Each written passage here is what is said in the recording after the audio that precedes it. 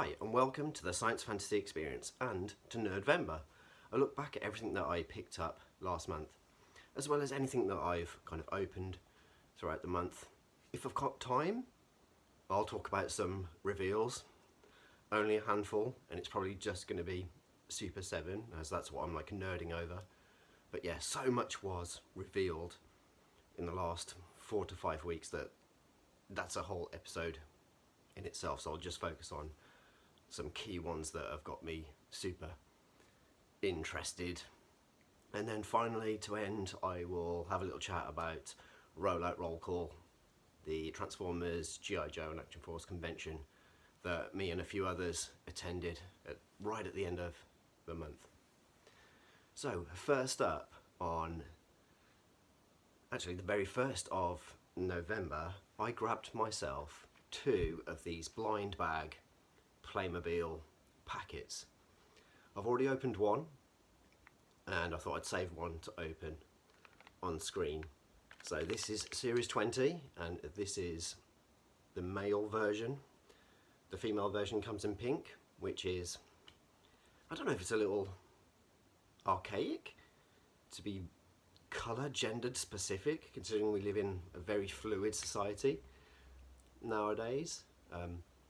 Playmobil so forward thinking in the sets that they make that I don't know if it's not a step back, but blue and pink, but I guess yes, maybe it's just nice and traditional.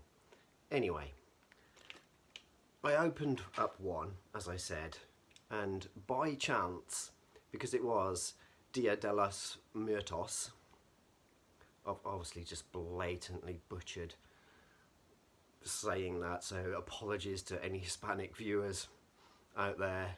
God, I got a Flamenco Day of the Dead dancer, and this is incredible. So obviously box blind, you have no idea what you're going to get, and then you build them up. They come in pieces, but this one is so cool. The face is really good, and then just the pure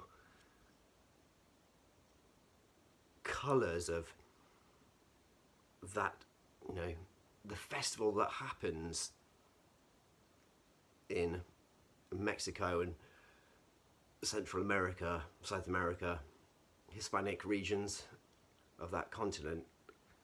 So cool. It just happened to be on the 1st of November, and I couldn't plan it any better. Obviously you just don't know what you're gonna get. So let's have a look at what's inside this one. So I don't mind which one I get really, apart from, you can see it, there's a hipster looking puppeteer, which I've already got that one, but the pirate buccaneer looks super cool. The skeleton looks incredible, but I'm really not fussed on which one I get. So in we go.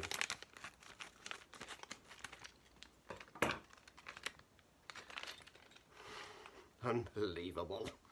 So I have got, I have got the, it's all coming apart. So I have got the hipster puppeteer, doubles, complete doubles. So after that complete utter epic fail of me trying to open that blind bag, we have the hipster puppeteer and his puppet and his money suitcase, Del Boy style, fully made. It is super cool, and I'm glad I've got it. It's good to have 2 when you have twins, so they can both have one each, or I can have one in my Playmobil collection and one in theirs. But the hunt goes on for the ones I really want. So the Buccaneer Pirate and the Skeleton Warrior. Yeah. Hopefully the next blind bag will be fruitful. I reckon there'll be another blind bag in my Christmas stocking. So, moving on to Sunday the 8th. and I went to the Space Bridge. I met up with Toys R Us, Ultra Magnum and TF UK Collector, and Paul, the owner of the Space Bridge, graciously opened the store just for us, which, you know, he really didn't have to do, but it's just so very kind of him to have done that. I've wanted to go to the Space Bridge for the last few years, and I just, with COVID and lockdowns and having children, I'd never had the opportunity to do so until now, and it's literally an hour and 10, 15 minutes train ride away. It's so close to me, and as I said, I've not had the opportunity to go. And what an incredible afternoon to meet Russ and Colin, YouTubers that I've watched and interacted with, that I've done virtual conventions with, chatted on a daily basis. To finally meet those people, especially in that environment of such an incredible, eclectic toy store. You know, Paul's kind of got everything in there. He's just got a huge mix of various toy lines.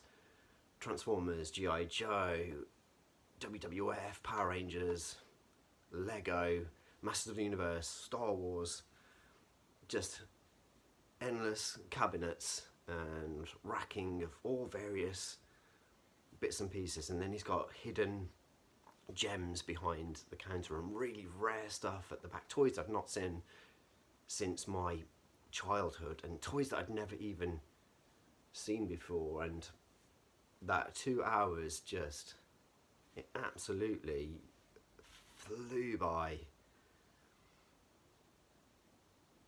Russ picked up a really cool Shattered Glass Soundwave and Blaster pack, which I love my e-hobby repaints, and Paul had actually put a few out there.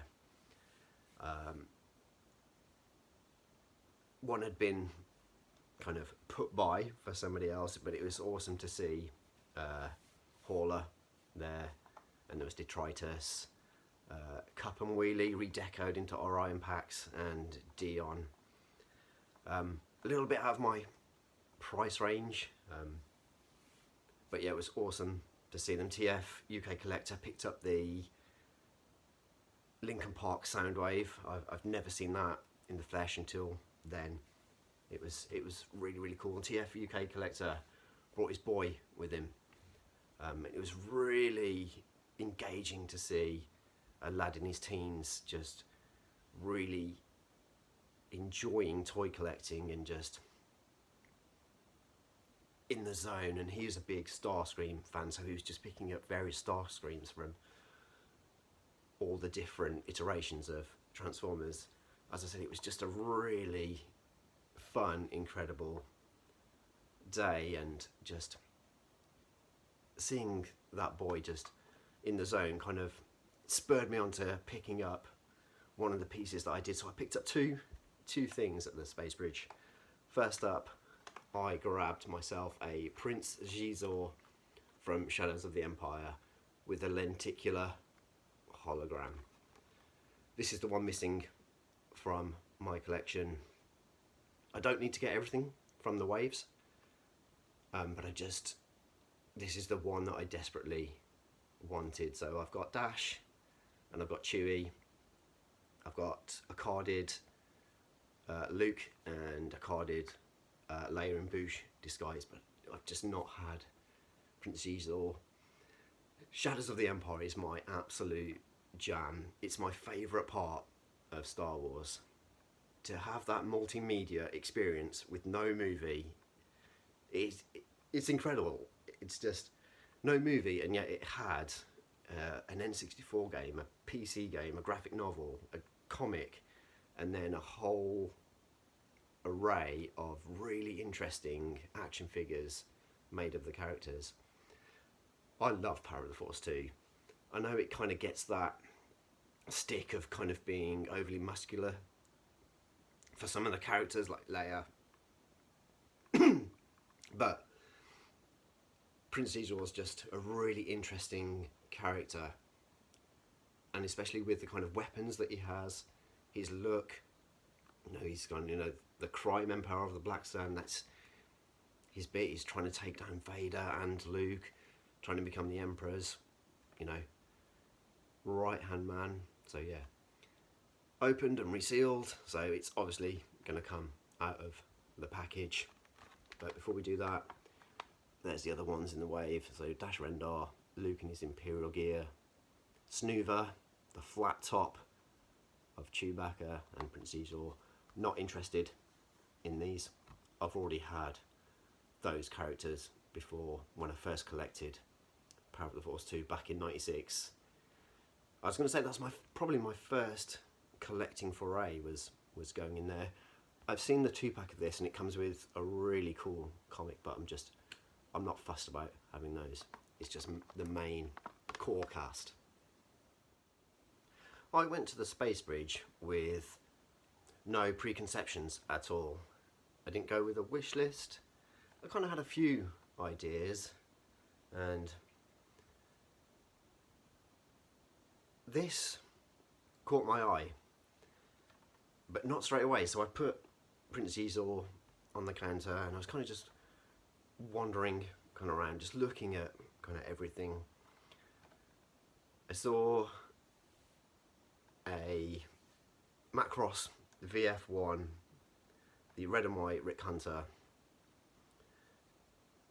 and I was just like, wow, that's incredible. That's like the whitest one I've ever seen. That definitely caught my eye, but it had no price on it, and I was just like, I'm just gonna walk away. It's probably out of my budget. I'll just leave that be. I've got one already. I've got Roy Focker's. It's absolutely fine. And then I kind of just got overwhelmed with just being in a toy store, so I went for some fresh air. And then looking back, I saw in the window, which I hadn't seen at first, I saw a Super 7 Master of the Universe Trapjaw.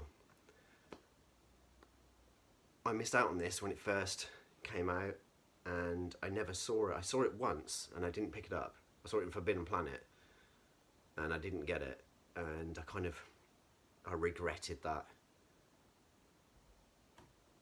So we're getting the Master of the Universe Origin figures, which are incredible, and I absolutely love them, but they're all toy aesthetic, and I just wish I had picked up Trapjaw back then, to maybe 2-3 years ago when these came out, 2019. But yeah, there it was. It was the exact same price as when they came out. So I was just like, can you open that cabinet for me, Paul?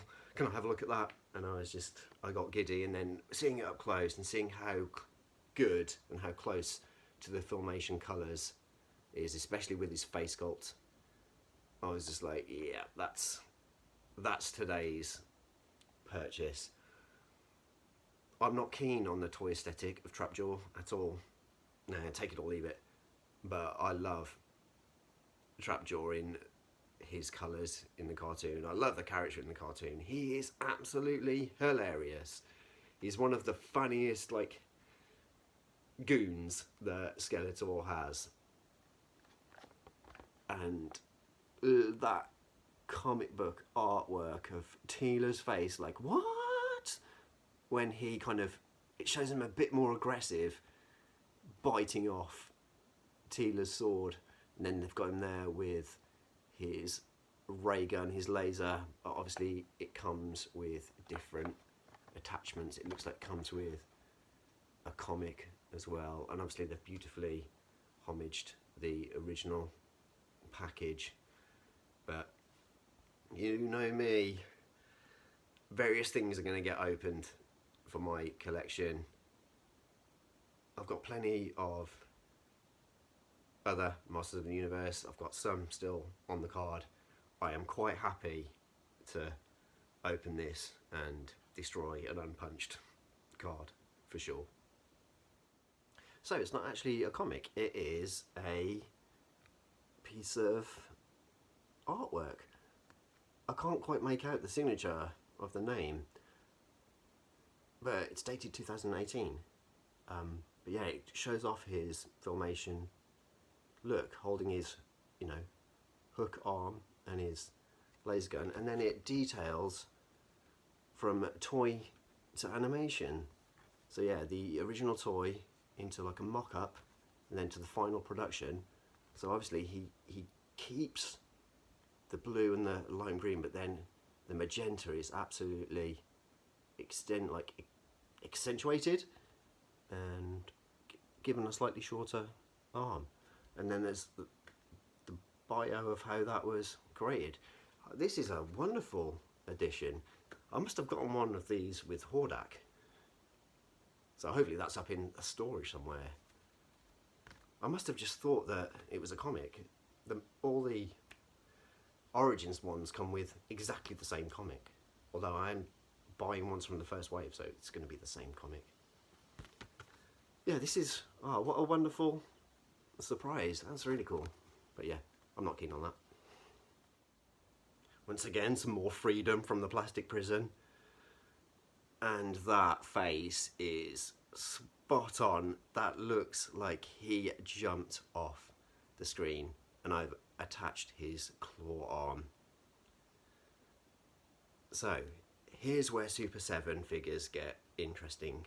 So he has the Filmation as seen on TV look, but he also has the physique of the original toy with the swivel attack action. But I am not kidding when it comes to the colours. The green is so vibrant, it's excellent, and the magenta is actually a bit muted, but it works absolutely perfectly. The attention to detail with the paint on his eyes, so good. Obviously it's the standard body shape for all Masters of the Universe figures, but they've done something really interesting with the Super 7 stuff, in the fact that they feel like the original toys, but yet they look screen accurate. I don't need everything screen accurate in my collection. I often say this in videos, I want a mixture of toy aesthetic, screen accuracy, and sometimes just if it conveys the character enough. I don't care if it doesn't do either, if it's a modern interpretation, if I get the feels for that character. And it's so easy to switch out his weapons. So if I give him his signature laser, that gives some absolute length to that arm. For comparison, here's how he compares to the Origins line. So as you can see, there is a hell of a lot more articulation in terms of ankle, knees, elbows, wrists. But obviously it doesn't have the swivel action. But yeah, you're looking at a toy aesthetic compared to as seen on TV. Yeah, he's incredible. What a pickup to find it out in the wild 2 years after release. Kind of something that I didn't think I'd see, or if I did, it would be at a jacked up price. But props to Paul for opening this. I'm the same with not overcharging for a figure. Original price of what these came out as, I couldn't be more happier. Getting a bit of an eclectic Masters of the Universe collection going on. So we've got the Eternian trifecta. So what I've done here is half toy aesthetic, half Filmation. Prince Adam, but with his hair in the TV show. Man-at-Arms with a moustache. Teela rocking her snake armour, which you didn't really often see in the show. But I'm not displaying them all together. They're in random parts of the collection all over the house. Next up, middle of the month, I get an email alert that a figure that I've been after, or patiently waiting after a hefty wait of a reveal. I think it was revealed at the start of the year, and the announcement that they didn't have rights to sell it in Europe, or the EU, or our part of the world. I got an alert to say that it was in stock at Big Bad Toy Store, and I was tentative about ordering it because I didn't want to get stung with shipping and import charges, but lo and behold, I didn't get stitched up at all. So I managed to get hold of a NECA Disney Goggles Goliath. I've got to tell you, this is by far one of the best toys I've picked up this year. This thing is absolutely immense. Sadly, I've had to put it back into the package because I just can't display it anywhere. Well, I can display it, but it's going to take some bigger reorganisation of where it can go, because the wingspan is just absolutely nuts. It's huge.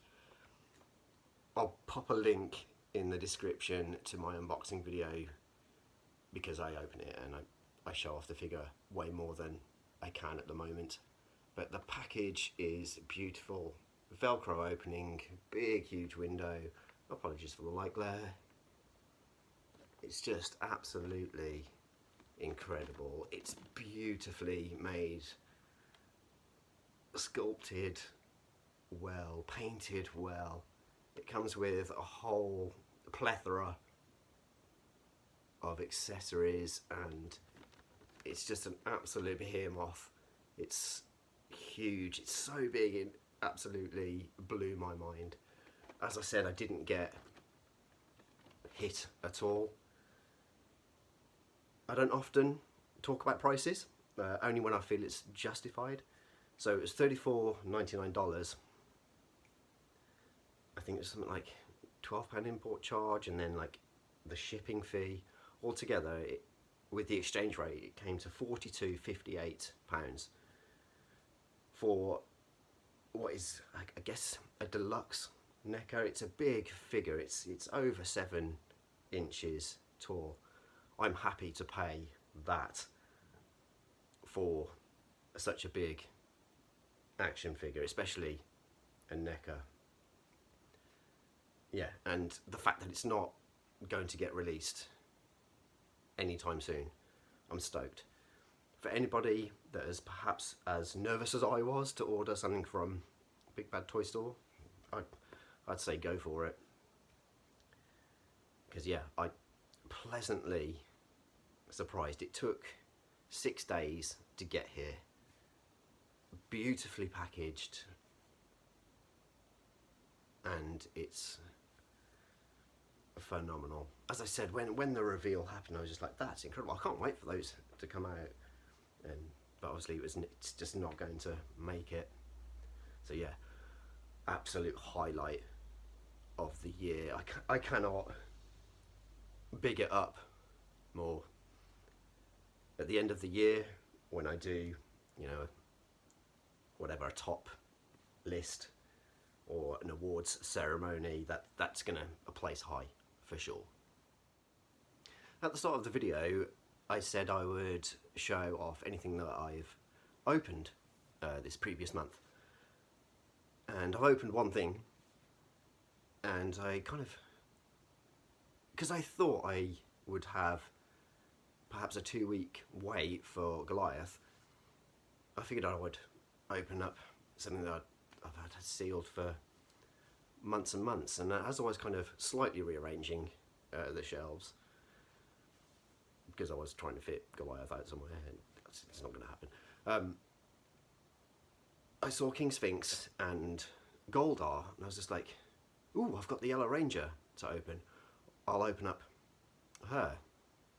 And here it is, Trini, the Yellow Ranger. And I've got to honestly say, when I opened it, I was massively underwhelmed and disappointed. But then my collecting head kicked in, and I was just like, that is silly, really. Why are you disappointed? You're not.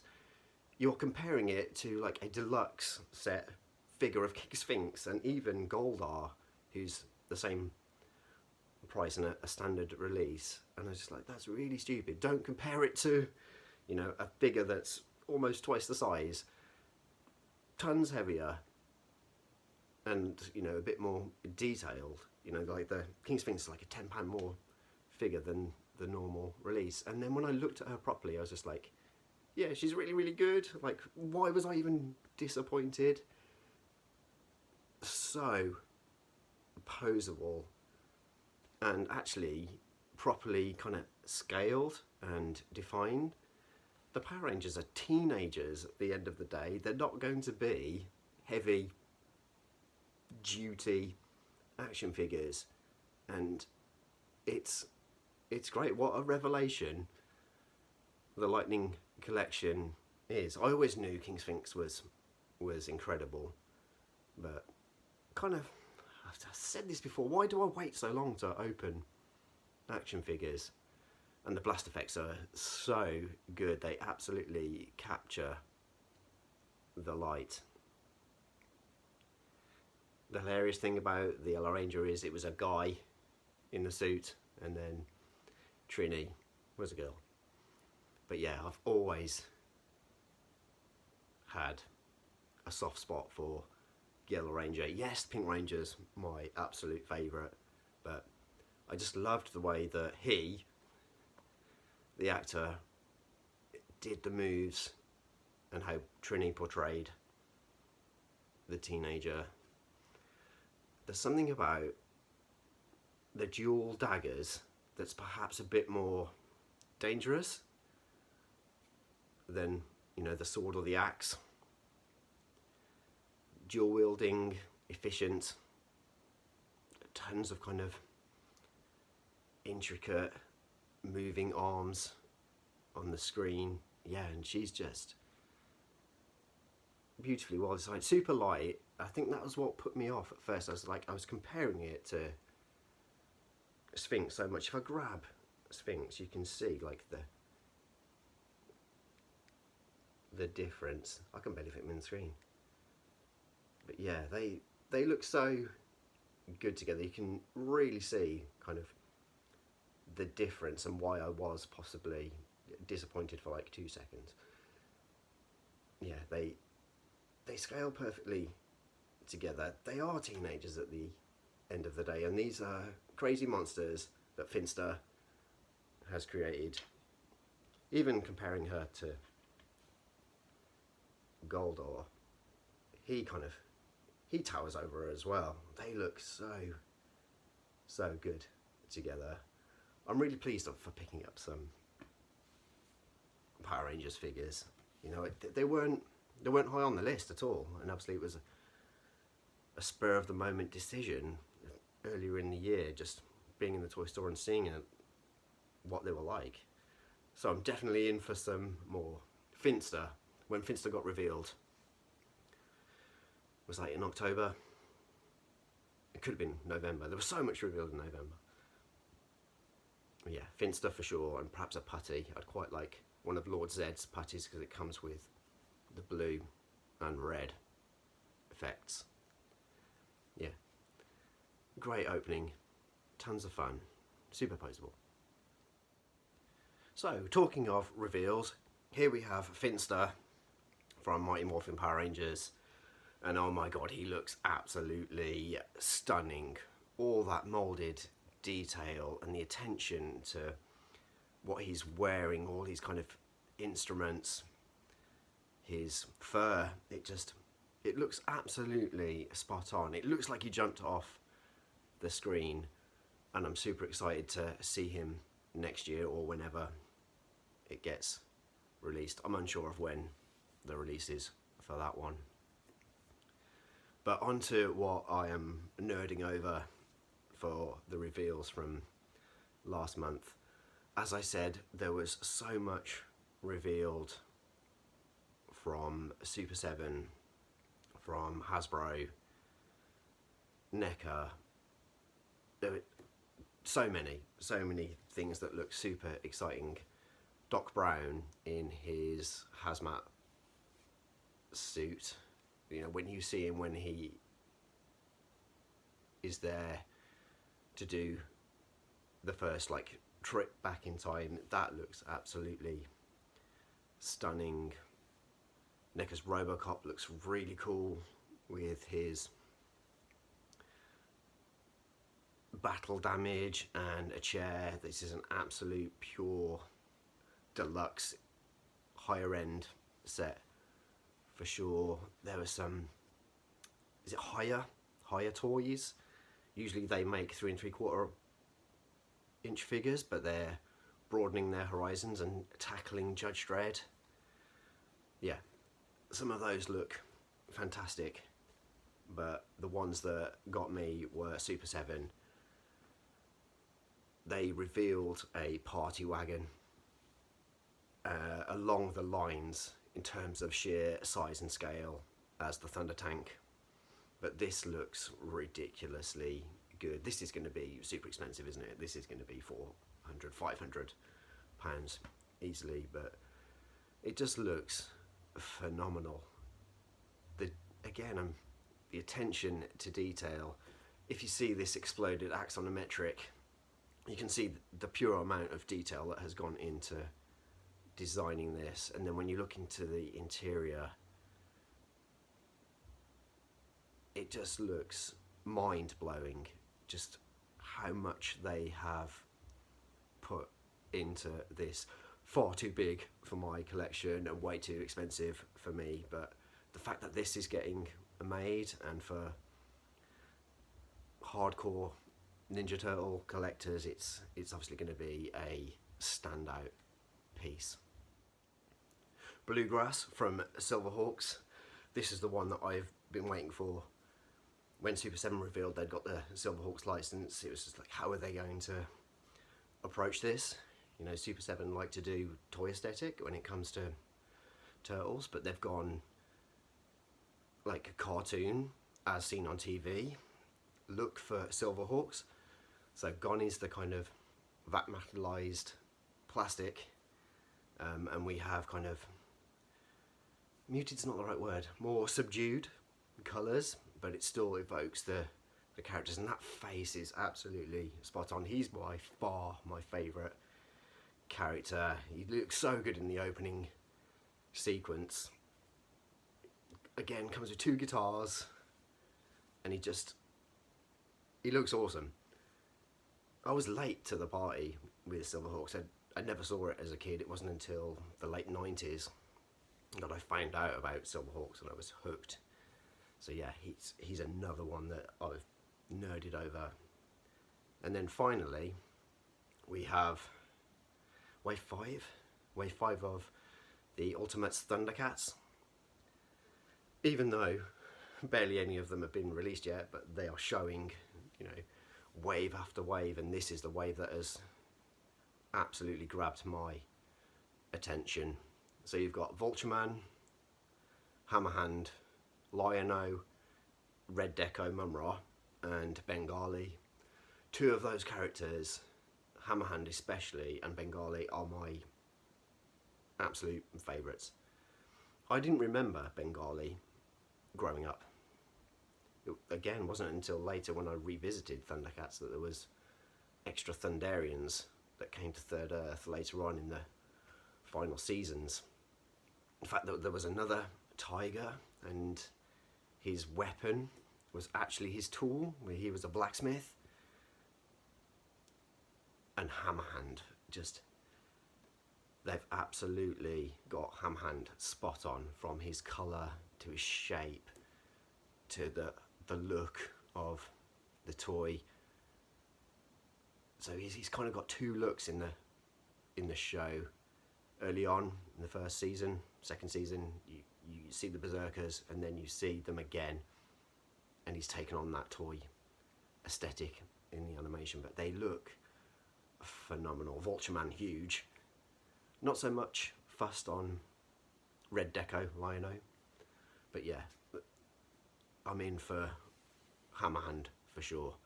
I love that Super 7 are taking on characters randomly, it would seem. Just ones from various seasons. They're not going just down the straight route of let's just get out all the main cast. They're dropping in other ones, Captain Cracker for sure in there. I don't even know what wave that is, but that's the one that's coming out soon. Groom the Destroyer getting a second release. It's just, yeah, I've nerded over Super 7 all month with their reveals. They hit hard. Oh, it's just a huge month for reveals anyway, and I'm sure there's going to be even more when we get to the end of December and into January, when usually there's a toy fair. Whether that goes on with the new COVID protocols, who knows. Yeah, those are just a handful of reveals to get excited about. And finally, on to the end of the month, Sunday the 28th, and Roll Out, Roll Call, the Transformers, G.I. Joe and Action Force convention down in the south of England at Fordney Bridge. And what a phenomenal day. It was only 4 hours, but it was just absolutely incredible, intense in parts, and just so good to catch up with people, like-minded collectors, see toys, see panels, be surrounded in that environment that I'd not been for a good, I don't know, when was the last time I went to a toy fair? Yeah, 2 years maybe. I got to catch up with Zort Rider, Dave and Emily. I got to see Russ again, even though it had only been a few weeks since the Space Bridge, but again, that 2 hours was not enough. And I got to meet people for the first time, YouTubers and commenters that you speak to on a regular, even daily basis through Messenger and WhatsApp and Instagram, meeting Exilian XLR, Brad and Luffy, meeting Rohan from Transformers The Show, RJ, just people that you know intimately, but to actually physically meet them and to actually watch them or just be around them when they're, you know, looking at toys and just in the zone.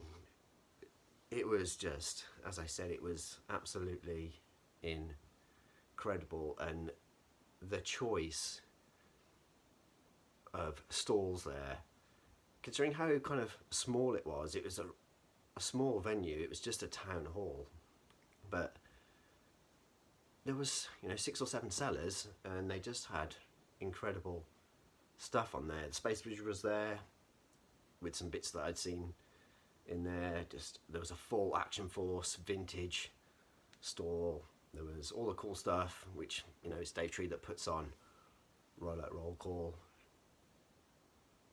and the guests were incredible. The creator of Robo Skull was there.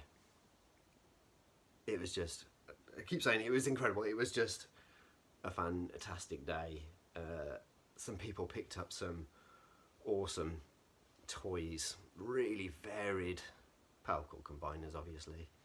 It's the in thing. But what did I pick up? So I picked up 2 things.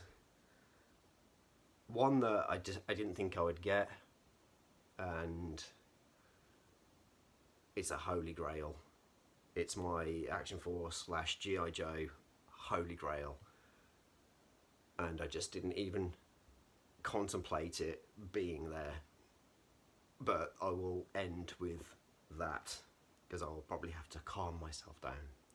And the other one was this book, the Battle Action Force Years by Brian Hickey, Paddy, Lennon and David Mcdonald. So I feel like this was the 3rd lockdown this year, earlier in the year.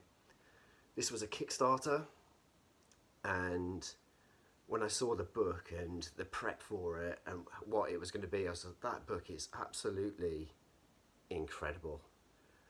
But I was not in a financial position to fully kind of back it and be able to get a book.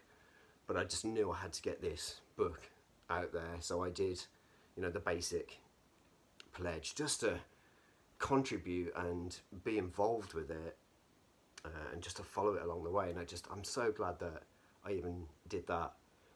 And then when I saw roll call was happening and that they were going to have, I think, about 10 copies left from the original printing, because it's not going to get printed again. That was my opportunity to grab one. And this book is absolutely phenomenal for any Action Force and G.I. Joe fan, because it delves into the early years of Action Force transitioning into G.I. Joe. So I've never had my name in a book before. There I am, top right corner, as a Z-Force infantry. And there's some familiar names to me in here. Obviously Christopher McLeod, Diagnostic 80 from the Full Force podcast. Some of the original creators of the toys, Bob Brechin, it's incredible. Tony from Analog Toys. What incredible amount of people. I think it's 242 backers. Got this out there. And I've highlighted some key pages. I've not had a chance to really go through the book. I've just skimmed. But here is Series 2 from 1984. So you can actually see, so that's a redecoed, here we go, Gung Ho into a different character. Obviously you've got the Kraken and Skeletron. But here we have, not too much glare, we've got Destro. But Destro is actually the, he's going to get his name right because I always get it wrong. So that's the red Jackal. Amazing. And then you can kind of see the difference with the points of articulation. So there's no leg bend on the Kraken, but then when you get to Gung Ho, it's not called Gung Ho in Action Force, you can see that they started to kind of dip into G.I. Joe characters. This is a page that I was drawn to straight away. So we've got some unreleased kind of concept artwork, never seen before, just in the depths of people's archives, just otherworldly, just incredible stuff. Figures inside suits that can fold out. Phenomenal, vehicles that were planned that didn't get made. Oh, here we go. Look at the artwork. Originally done in the early 80s, and then mock-ups of what it could possibly look like. It's just really cool stuff, and obviously it just didn't get made. And then I can't show Action Force without the Robo Skull. Just a phenomenal toy. And then obviously it's been brought back with the Mark II, the Kickstarter that went through in November and got backed, completely backed on one day, and then it made all the stretch goals 2-3 weeks later. And because the stretch goals were doing so well, they added more and more. It's just so much love for Action Force and G.I. Joe, and I never thought I would actually own this book. So that was obviously a highlight of the day. But it gets superseded. Now, supersede is not the right word. They're two very different things. I managed to get my Holy Grail, which is the Dreadnought Thunder Machine. I have no idea if this is an Action Force release or a G.I. Joe, but there it was on a table in the corner. And I'd had a good walk around and I hadn't noticed it straight away. I've got to imagine again. I get a little bit like shaky when I know I've got something that I've wanted for so long of my life to own it. Yes. I was there and I saw it on the table and I was just like, is that complete? And the seller was like, yes, it is. All completely there. It got the file card. Thrasher is the tightest ever. It's been played with. There's a little bit of like play on there, and there's the signature kind of stress marks that came with this toy, but I've wanted it for so long. I've wanted it since its release back in the 80s, but I just never had it. I either didn't see it in the stores or I chose something else. But yeah, when I got back into collecting in the 2011, 2012, it was always on the back of my mind to own one. And then the revelation that it was rarer, and whenever I saw one, they were either boxed, which like doubles the price, or they're junkers, or they're in parts. I haven't got the patience to build it up part by part, so I'd never was going to do that. And then I'd occasionally look every other year to see if there was one about, but I've never seen one. And there it was at the convention, just sitting on the table. I'm amazed nobody else picked it up, because I'd been there an hour or so and it was there, and I just like, the guy said how much it was, and I had no problem with that. I've got it for such a good price. As I said, the boxed ones are easily doubled for what I paid. Complete steering wheel. The stickers have been put on kind of just like a child would. They're a little bit higgledy-piggledy, which I absolutely adore. Not everything has to be perfect in the collection, which 5 years ago I never would have said that. It's got a little bit of play. It was incredibly dusty. It's obviously just been perfectly kept in storage. It's still dusty now, but I'm going to take my due care and appreciation, because I just can't believe I now own the one vehicle that I've wanted for my whole life. The Dreadnought Thunder Machine with Thrasher. What a day. What an absolutely incredible day. What an incredible month for toys. Eclectic for sure.